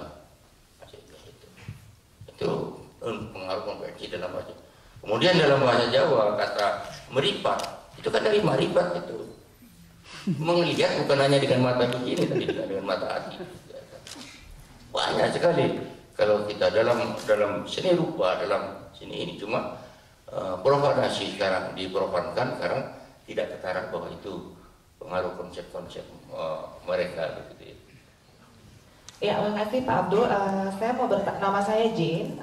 Saya mau bertanya. Tadi Bapak menjabarkan mengenai adanya kebenaran dan kehadiran. Bapak mencontohkan kehadiran itu misalnya pada suatu agama itu dibutuhkan kehadiran atau keberadaan, misalnya ada Yesus Kristus, sedangkan kebenaran itu tidak membutuhkan itu, ada patung-patung seperti itu. Nah, kebenaran itu bukannya, kalau menurut opini saya itu bukannya bersifat subjektif. Kalau menurut Pak Abdul, kebenaran yang seperti apa sih yang dibutuhkan? Kemudian yang kedua, pertanyaan saya adalah mengenai fakir dan rohim tadi. Bapak tadi mencontohkan misalnya pemimpin, kita membutuhkan pemimpin yang fakir. Nah, kedua hal yang tadi, konsep dua hal tadi itu bagaimana sih kita bisa meresapinya, melakukan aktivitas-aktivitas yang sesuai dengan fakir dan rohim itu di masyarakat. Seperti itu. Terima kasih. Ya, begini ya, kebenaran itu dalam konsep yang para filosof dan Islam itu sesuatu yang tidak bisa dibantah lagi, hakikat dan keberadaannya itu. Penjelasannya tidak bisa dibantah lagi, yaitu kebenaran yang mutlak, ya, yang satu tadi itu ya, yang tertinggi itu ya, maksudnya Tuhan itu. Dan di dalam Islam tauhid, kepercayaan kepada satu Tuhan sebagai Al-Haq itu tidak bisa dibantah lagi sebagai satu kebenaran, karena Al-Haq itu adalah satu sifat mutlak yang membias kepada kebenaran itu turun melalui wahyunya, melalui tiga tadi itu, ayat-ayat Tuhan di muka bumi, ayat-ayat Tuhan dalam diri manusia, ayat-ayat Tuhan di dalam kitab suci gitu. Nah, kitab suci itu ada 4 sebetulnya, Al-Quran, ada Injil, ada Taurat, ada Masa cuman apa namanya itu yang dipegang kan yang terakhir itu kan itu. Jadi kemudian ya itu dalam qul huwallahu ahad Allahu samad lam yalid wa lam yulad itu kan. Tidak perlu lagi Tuhan sudah benar Tuhan itu satu dan hakikat tertinggi ya Tuhan gitu. Apapun Anda menerangkannya tentang Tuhan, dia hakikat tertinggi gitu. Memang suka dijelaskan, tapi qul huwallahu ahad Allahu samad lam yalid wa lam yulad wa lam yakul lahu kufuwan ahad itu yang paling harus dipegang. Dia tidak beranak dan tidak diberanakan. Itu bagi kebenaran orang yang meyakini Islam ya. Itu sudah menyelamatkan bagi orang Islam. Dan itu orang Islam merasa selamat kalau dia membaca Al-Fatihah 7 kali.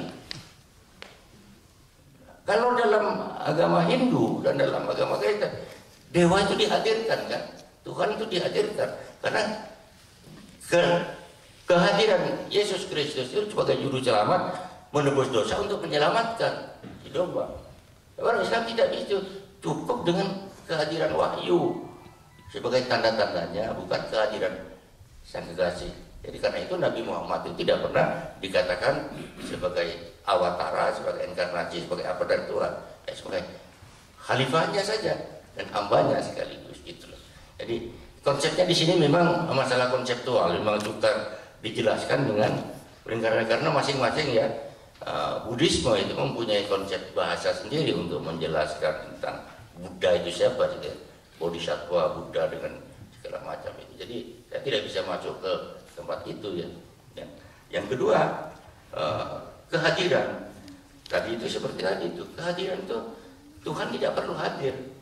Amir Hamzah kan mengatakan begini, kaulah kan diri kemendelap, aku manusia rindu rasa, rindu rupa. Manusia itu rindu rasa, rindu rupa.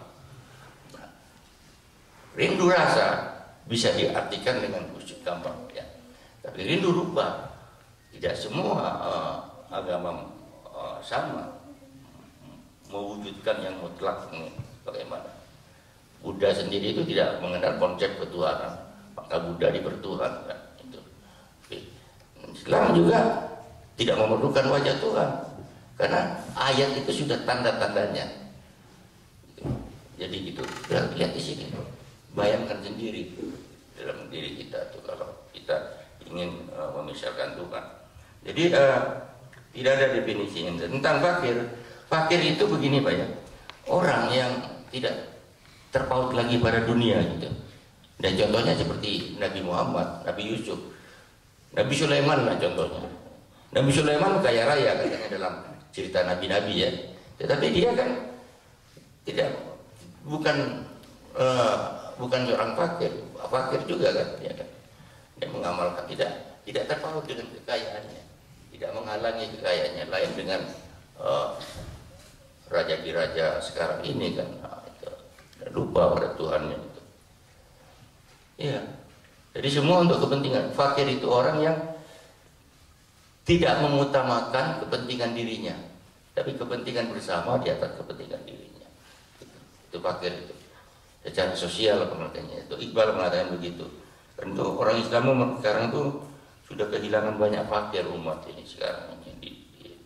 Yang banyak itu orang yang suka menghormati dirinya sendiri dengan kepentingan dirinya sendiri sebetulnya.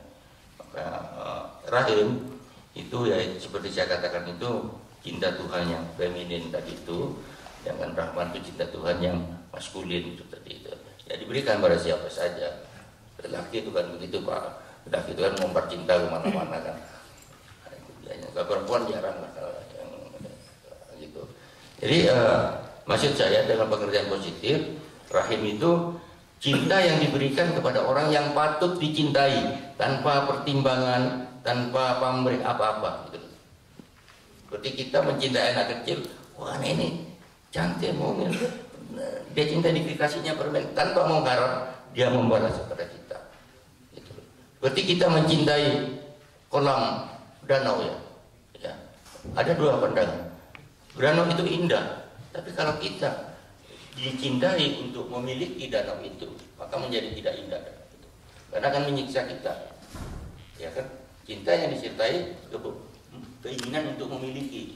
Itu yang dimaksud cinta tidak sejati itu. Nah, terima kasih. Saya Salman, Pak Abdul Wahid. Menanyakan, apakah kalau semua yang ada ini tidak ada, Tuhan itu tidak ada? Hanya itu, Pak. Ya, tapi kita kan melihat kenyataan ya, realitasnya ya. Ya Tuhan kan ya, segala sesuatu itu ada. Karena segala sesuatu ada yang mengadakan itu secara logika ya. Tapi cara mengadakannya bagaimana kita tidak tahu. Dalam pengertian kalau saya menempatkan diri sebagai individu, sebagai orang yang tidak menganut satu agama apapun, kita tidak tahu bagaimana. Tapi karena agama hanya mengajarkan begini, kalau menurut Islam ya begini, menciptakan.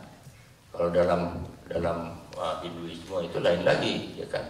Dalam Hinduisme itu juga ada beberapa aliran yang mengatakan bahwa sebelum Tuhan mencipta itu materi-materi ini sudah ada semua prakriti. Tuhan hanya turun untuk menertibkan, dan Tuhan itu menyertai adanya segala sesuatu dalam hidup. Dalam Islam hanya dikatakan meliputi, tidak meliputi bukan dengan dirinya, tetapi dengan ilmunya. Meliputi sesuatu dengan ilmunya, mengikuti dengan ilmunya, sehingga tidak lepas dari pengawasan Tuhan segala sesuatu itu. Tapi bahwa segala sesuatu itu Tuhan, bukan. Tuhan itu ada sebagai itu. Jadi segala sesuatu itu tidak ada. Ya, tidak ada apa-apa kalau tidak ada. Untuk apa kita bicara kalau yang tidak ada kan? Nah itu. Karena itu jadi. Dan saya yakin ya kalau dunia itu akan ada selamanya itu. Mungkin generasi manusia sekarang ini musnah oleh kiamat, Tuhan menciptakan bumi yang baru dari itu dengan golongannya, atau di planet sana ada semua surga. Itu masih terus menjadi pertanyaan. Tapi untuk apa kita mempertanyakan yang terlalu jauh yang tidak ada gunanya bagi kita? Itu para sufi juga begitu. Kalau kita mempertanyakan semua sampai sudut-sudut paling jauh, akhirnya tidak ada apa-apanya dunia hidup ini apa artinya gitu. Justru kita mencari sesuatu jawaban bagi kearifan timur, termasuk kearifan sufi itu ya, yang disebut kebenaran itu bukan hanya terletak pada ketepatannya melukiskan sesuatu yang kita namakan benar itu, tapi makna spiritual yang diberikan oleh yang kita anggap sebagai benar dan ada itu. Contohnya begini, patung Buddha itu di mana-mana kan berbeda. Di Thailand, di Kamboja, di Cina, di India, di Bali, di Jawa berbeda-beda. Tapi ya benar-benar aja bagi pemeluk agama Buddha itu ya, Buddha yang berkacamata, Buddha yang ini, gitu segala macam. Itu ya benar aja. Seperti gambarnya patung Siwa di Bali dengan di India itu berbeda. Tapi nggak perlu benar betul menurut ininya. Karena itu dalam Islam itu orang Islam tidak mengakui dalam bentuk perupaan semacam itu. Karena apa? Ya karena ada alasan-alasan historis tertentu. Ya, orang Arab itu kalau memuja sesuatu itu berlebih-lebihan kan, takut terlalu diberhalakan begitu. Nabi Muhammad tidak boleh digambar, Tuhan juga begitu kan, boleh terlalu berhala sehingga dia larut itu. Jadi setiap agama itu lahir sesuai dengan konteks sejarahnya. Konteks kapan dia lahir, di mana dia lahir, hingga watak setiap agama itu terbawa dengan watak perkembangan awalnya sekarang, di samping corak wahyunya yang berbeda-beda. Itu zaman Romawi ya, agama Kristen datang pada zaman Romawi. Islam itu datang ketika Romawi versinya mengalami keruntuhan, ya berbeda. Di tempatnya di tanah Arab lagi, di tanah yang gersang, yang jauh dari keterpencilan dunia, ya, di mana perempuan itu di habis-habisan ditindas gitu ya.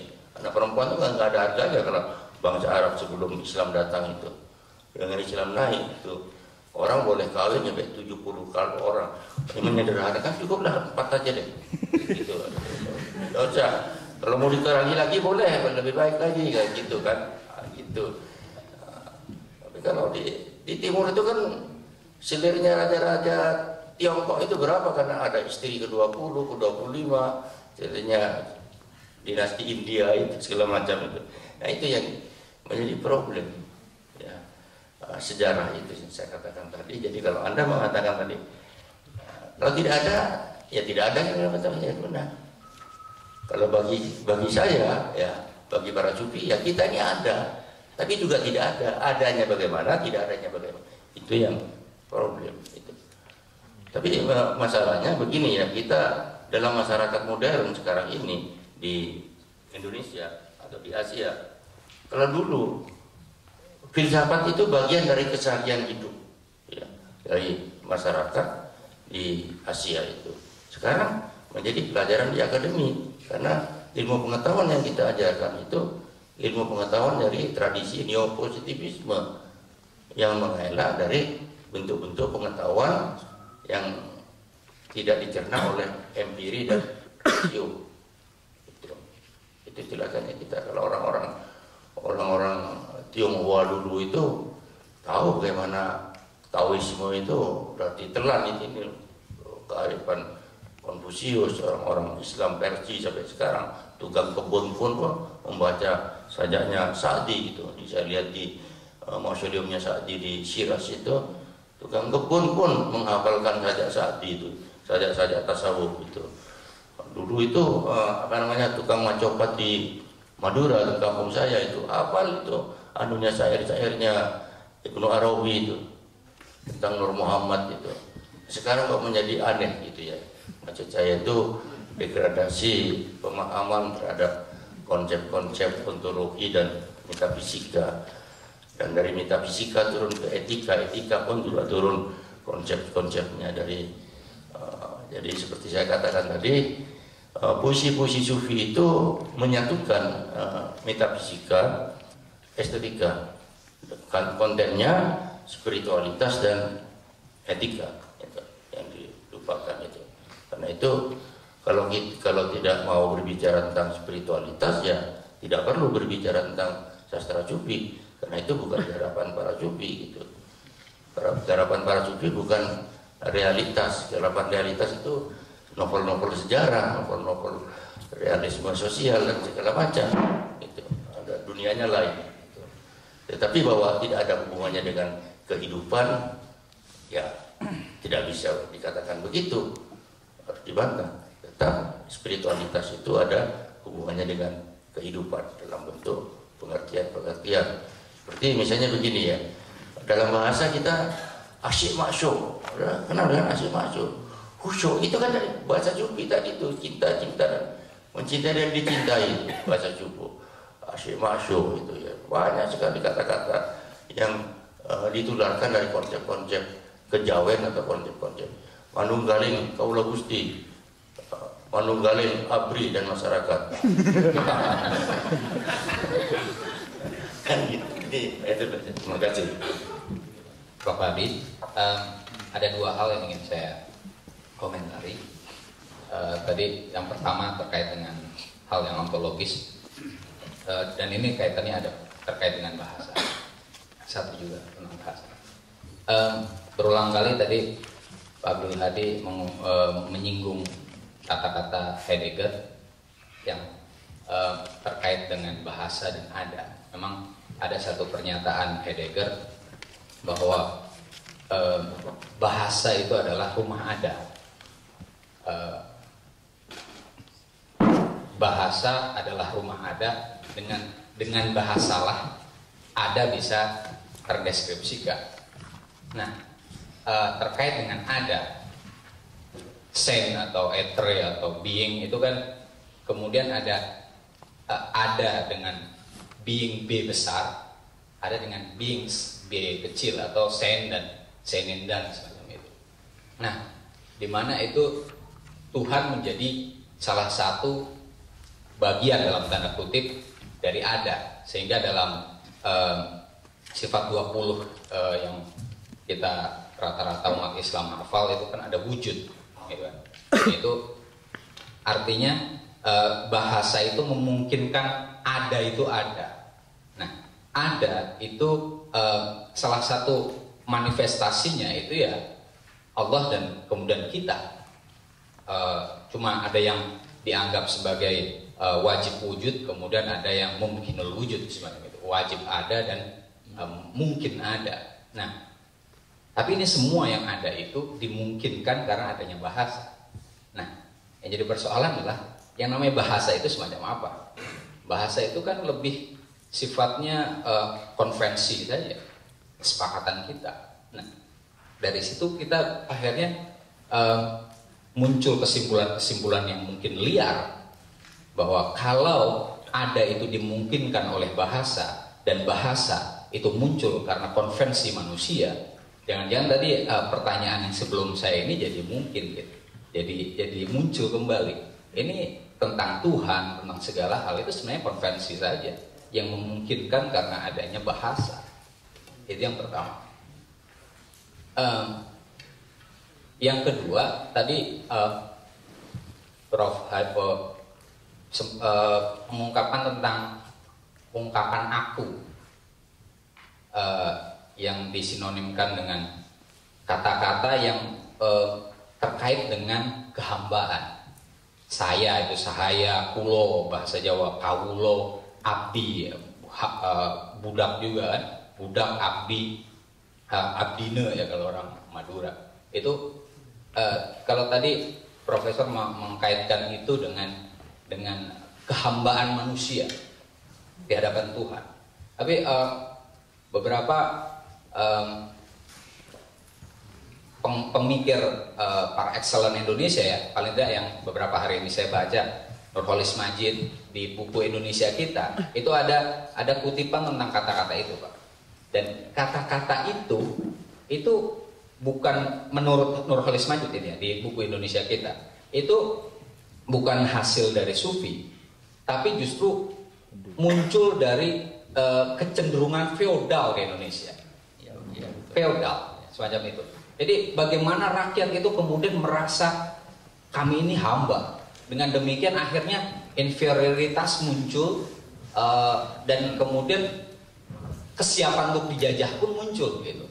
Jadi justru dengan kata-kata tadi itu malah menjadikan bangsa Indonesia itu mudah untuk dijajah.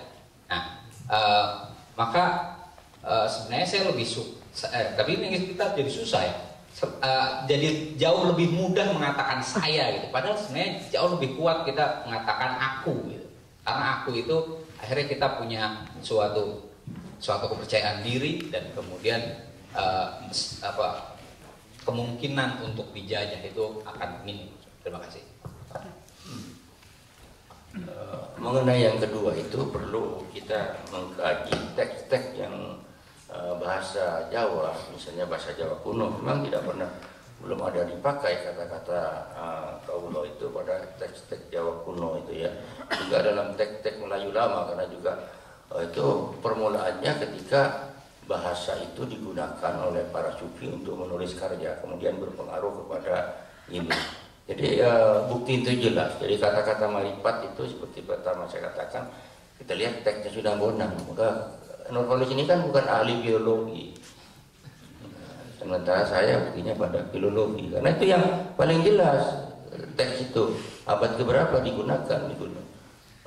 Jelas dalam teks-teksnya Hamzah Pancuri itu hamba sahaya yang digunakan. Kenapa tidak? Kadang-kadang beta masih digunakan, ya. Kata beta ini kan weta ya, menjadi hampir sama dengan kata watashi dalam bahasa Jepang itu, atau wo dalam bahasa Cina itu. Tapi memang ada hubungannya dengan bahasa-bahasa itu tuh ya. Seperti kata anda ya, anda itu kan kalau bahasa dari anta, bahasa Arab ya. Tapi dalam bahasa Jepang juga ada anata. Kadang ada perhubungan antara bangsa itu yang kita sendiri kadang-kadang harus jeli melihatnya, tidak langsung difilosofiskan gitu loh. Kalau difilosofiskan langsung seperti ini, feodalisme itu muncul pun.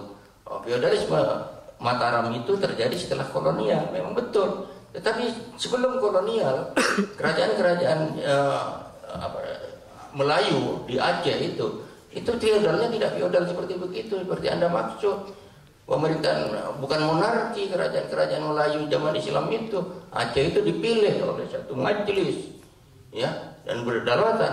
Dan raja itu tidak harus keturunan dari Raja Aceh, itu enggak mesti keturunan ini. Jadi konsep kita tentang ketatanegaraan juga harus dirubah. Zaman Majapahit itu berbeda dengan zaman Islam, konsep kerajaan. Zaman kolonial lagi-lagi, karena kolonialisme itu menjadikan feodalisme itu sebagai sarana, seperti sekarang menjadi agen-agen perpanjangan untuk menindas rakyat itu. Itu timbullah novel-novel itu. Jadi sejarahnya di situ ya. Jadi memang kalau kembali kepada teks itu tak terlalu susah kok. Teks awal dalam bahasa Melayu itu yang timbulnya baru abad 16 itu. Untuk menggunakan kata-kata sembahyang segala macam itu dari situ. Nah, kebanyakan kita sering tidak menggunakan politika. Sekarang dangdut katanya. Kata-kata dangdut dari mana awalnya? Membuat jadi klaim baru tahun-tahun belakangan 50-an kata ahli dangdut. Raja Ali Haji sudah menggunakan atau abad ke-19 kok nggak diakui gimana? Dalam Guridam 12 gendang gendut tali kecapi disingkat dangdut tali kecapi. Banyak sering pemalsuan dalam sejarah teks itu ya. Yang kedua tentang ada tadi itu ya, tentang bahasa. Bahasa itu memang tempat ada dalam pengertian dia itu karena manusia memang dicipta oleh menurut para filosof Muslim itu sebagai makhluk hewan anatik, binatang yang fasih berbahasa. Orang yang fasih berbahasa di fasih berpikir, ada hubungannya dengan berpikir. Fasih berpikir ada hubungannya dengan mengenal objek daripada pemikiran. Objek daripada pemikiran adalah benda-benda, nama-nama pengetahuan, nama-nama. Jadi tidak berdiri bahasa, kalau tidak berbahasa seolah-olah, dan dalam konsep filsafat India atau Islam itu ya, bahasa itu bukan sekedar konvensi, itu hasil pemikiran manusia. Bahasanya Al-Ghazali itu sudah lain dengan bahasanya Ibnu Arabi. Bahasa Arabnya itu bukan aja. Jadi manusia itu mencipta, tidak sekedar konvensi. Jadi ya, kalau bahasa sebagai konvensi dan norma itu kan lahir dari pandangan neopositivisme yang mengatakan bahwa manusia itu dikungkung oleh norma-norma sosial kan, pengaruh termasuk bahasanya. Tidak. Saya sebagai contoh saya belajar bahasa Melayu bukan sebagai bahasa ibu. Sejak kelas 3 SD, saya tidak mengenal konvensi-konvensi yang ada di Malaysia dan di Pekanbaru itu tentang bahasa Melayu. Tapi saya bisa berbahasa Indonesia bagus, berbahasa Melayu bagus. Dari mana? Dari kreativitas kita. Nah di situ to exist kan, being itu kan kalau dalam pengertian Heidegger itu existence kan. Dalam para sufi ya essence ya. Eksisten para sufi itu bedanya pengertian being di situ. Nah, bahasa sebagai satu wadah itu timbul dari tidak bisa dijelaskan ya, karena manusia itu berpikir sudah diberi pengetahuan nama-nama oleh Tuhan. Tidak bisa dijelaskan secara jelas kapan kita baca. Bagaimana bedanya bahasa Arab, kenapa ada bahasa Melayu, bahasa Arab. Seperti dalam dongeng begini ya. Tuhan itu sedang memanggil semua wakil-wakil dari bangsa-bangsa di dunia untuk diberi bahasa kan. Wah datanglah dari Yunani, datang dikasih bahasa, dari India, wah banyak sekali datif nominatifnya. Datang dari Cina, waduh bingung dia, dikasih bahasa-bahasa seperti susunan balok-balok itu aja. Giliran orang Indonesia, bahasa orang Jawa dipanggil orang Sunda, orang Melayu. Datanglah, tinggal sudah habis dibahasakan. Datanglah orang Madura satu itu, katanya sudah habis, nggak ada bahasa. Ya sudah Tuhan, saya campur aduk aja bahasa Jawa. Bahasa Madura itu kacau itu. Jadi bagaimana ketika kita membayangkan manusia berdua ya, itu Anda baca bukunya bagus sekali, Haydin Yaksan itu.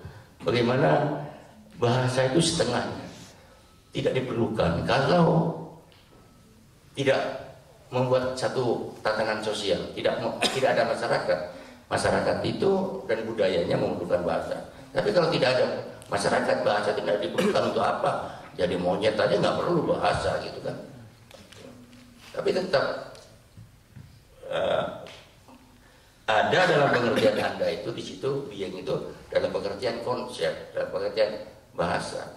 Tapi karena bahasa sudah menjadi bagian dari kehidupan kita, maka bahasa sudah menjadi kontrak kita. Itu keyakinan seperti air. Air itu kan mau dipisahkan ya, pisahkan, tapi kita tidak bisa melepaskan diri dari air. Mati kita. Itu. Ada juga begitu. Kita tidak bisa bermain-main dengan ada sekedar konvensi, sekedar kebiasaan. Ada kita bisa diciptakan. Satu misteri dalam kehidupan kita misalnya itu ya, yang ditanyakan para Jupi. Kita hidup ini memilih atau dipilih? Dipilihkan. Saya jadi sastrawan ini memilih atau dipilihkan? Memilih. Tidak juga dipilihkan kadang-kadang. Dipilihkan oleh takdir kan. Jadi disitulah jadi antara antara takdir dan ikhtiar itu menjadi satu. Bumi dan langit itu bukan dua hal yang berlawanan. Ada dan tidak ada itu bukan dua hal yang berlawanan. Ketika saya sekarang ada, masa muda kita saya di mana sekarang? Tidak ada kan? Tapi kan pernah ada kan? Jadi dia larut dalam ada yang lain. Tidak ada itu ada di dalam tempat yang lain. Bisa saja. Tidak ada di dunia, ada di akhirat. Jadi saya tidak mau berbicara. Terima kasih. Wassalam.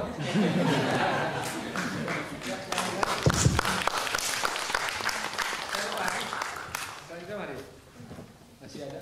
Masih.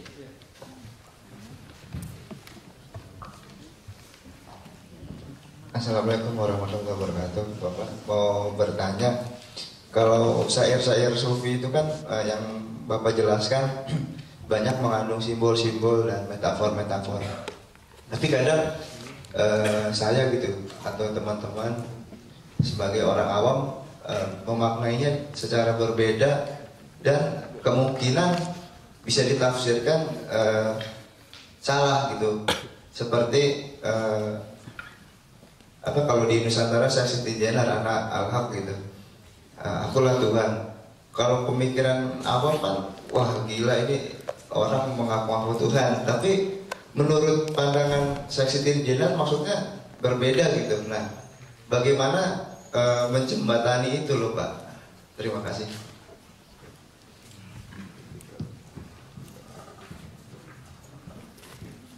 Iya, di mana-mana terjadi begitu ya. Tapi kalau saya teliti ya, karena pengajaran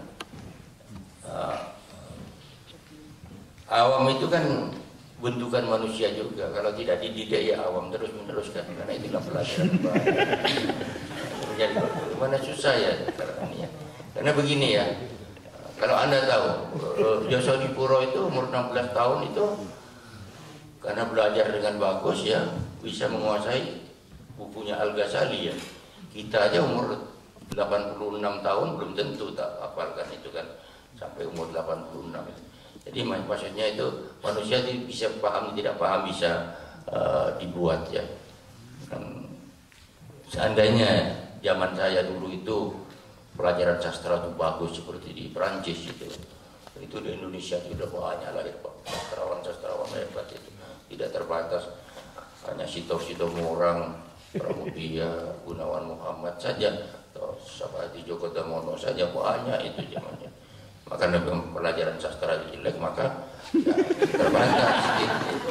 Jadi masalahnya itu aja masalah awam. Jadi bahasa simbol itu kan orang-orang ibu-ibu saya, nenek-nenek kita itu kan SD aja nggak tamat, tapi tahu makna kearifan pepatah itu, iya kan? Itu orang-orang nenek mama di Minang itu atau di Pulau Jawa itu ya coba apa Enggarso apa Tulodo ya Engmadio Mangun Garso Tuturi Handayani itu kan tahu tuh, itu kan susah kalau orang Minang itu menerjemahkan itu Tuturi Handayani, ngikuti di belakangnya Handayani saja kan. Nah, tapi orang-orang tua itu mengerti karena apa? Karena mereka sudah diajarkan melalui pendidikan non formal di sekolah-sekolah. Nah, kita sekarang generasi yang sekarang ini malang sekali, pendidikan formalnya buruk, non formalnya juga kosong, dan ini sastra juga begitu. Betul-betul ya, memang ini ya. Orang belajar sastra itu sebenarnya nggak ada sekolahnya kok. Nggak ada orang sastrawan itu akademi sastrawan, nggak ada fakultas sastrawan, fakultas sastra itu sarjana sastra aja nggak lahir, apalagi sastrawan ya. Jadi itu, jadi maksud saya awam tidak awam itu bisa dicipta. Yang kedua, pengertian-pengertian simbolik itu ya memang karena memang tidak apa-apa, mereka berharap tidak untuk dibaca kok. Memang para sufi itu mereka untuk pengikut-pengikutnya saja, untuk dibaca sebagai wirid, nyanyian-nyanyian para pengikut-pengikutnya saja.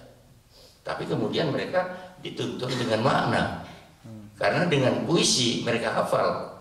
Mereka mengajarkan ilmu melalui puisi, karena puisi mudah dihafal.